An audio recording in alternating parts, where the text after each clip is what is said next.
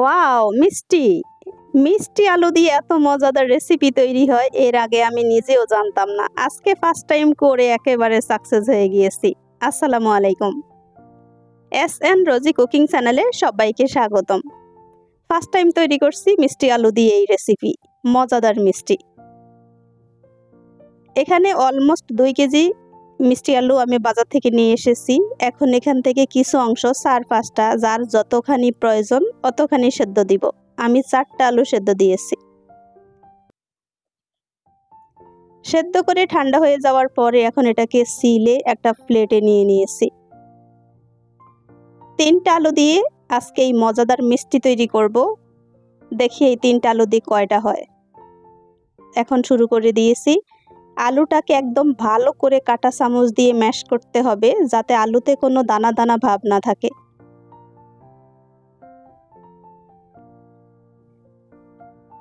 একেবারে দেখতেই পাচ্ছেন কাঁটা চামচ দিয়ে এটাকে এত সুন্দর করে ম্যাশ করে নিয়েছি। এখন সঙ্গে যা যা উপকরণ লাগবে, প্রথমেই লাগবে আমার গুঁড়ো দুধ। এটা কিন্তু লিকুইড দুধ দিয়ে হবে না, আগেই বলে দিচ্ছি। গুঁড়ো দুধ, কর্নফ্লাওয়ার, বেকিং পাউডার। সবকিছু হচ্ছে পরিমাণ মতো, চিনি দিব না, ১ চিমটি লবণ দিয়েছি।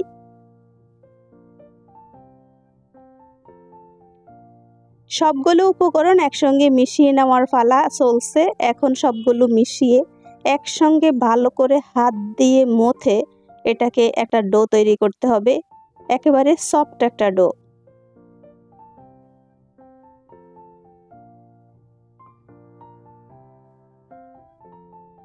একদম ভালো করে সফট একটা ডো তৈরি করতে আমার দেখতেই পাচ্ছেন হাতের মধ্যে লেগে আঠা আঠা হয়ে গিয়েছে।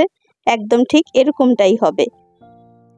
পাশের চুলাতে আমি দিয়ে দিচ্ছি সুগার সিরাপ তৈরি করতে ১ কাপ চিনি, ২ কাপ পানি। সঙ্গে দিব ১ চিমটি জর্দার রং, ১ চিমটি লবণও দিব। এই পাশের চুলাতে বসিয়ে দিয়েছি গরম গরম তেল। এই হাঁড়িতে মিষ্টিটা ভাজা হবে, তাই আমি এখানে এখন মিষ্টির আকৃতি তৈরি করছি। পাশের চুলায় সুগার সিরাপ তৈরি হচ্ছে, গরম হচ্ছে তেল। পাশে দিয়ে আমি বানিয়ে নিচ্ছি মিষ্টিগুলোর শেপ।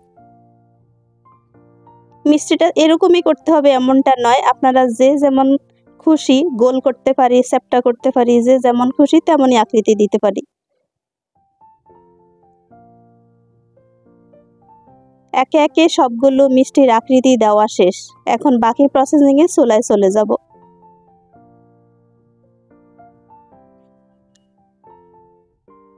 দেখতেই পাচ্ছেন একেবারে সবগুলো বানানো শেষ। এটা ভাজার পর আরো বড় হয়ে যাবে, তাই আমি একটু ছোট ছোট করে বানিয়েছি। একেবারে ছোট নয়, মিডিয়াম আছে। দেখতেই পেয়েছেন। এখন আমি ভাজতে চলে যাই। তেলটা অলরেডি বেশি গরম হয়ে গিয়েছে, চুলাটা আরেকটু কমিয়ে দেই।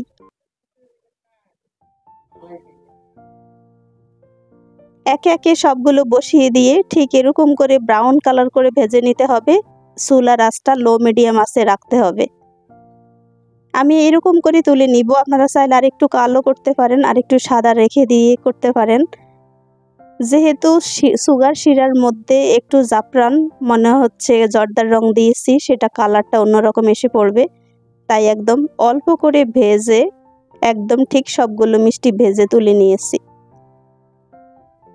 দেখতেই পাচ্ছেন এটা ১ ঘন্টা যাবৎ ভিজিয়ে রাখার পরে কি অবস্থা হবে। আমি গরম গরম একটা তুলে দেখাচ্ছি, একদম ঠিক এইরকম সফট হয়েছে। তাহলে বুঝতে পারছেন এটা যখন কমপ্লিটলি ১ ঘন্টা ফ্রিজে রাখবো তখন কি অবস্থা হবে।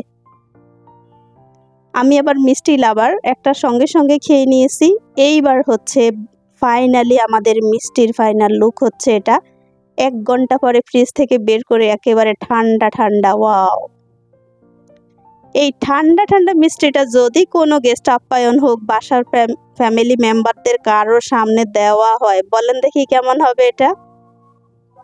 একদম সেই স্বাদের একটা রেসিপি, মিষ্টি আলু দিয়ে এত মজাদার মিষ্টি। আশা করছি রেসিপিটা আপনাদের ভালো লেগেছে। ভালো লাগলে ছোট্ট একটা লাইক দিয়ে পাশে থাকবেন। সবাই অনেক বেশি ভালো থাকেন। নতুন আরেকটা রেসিপি পাওয়া পর্যন্ত।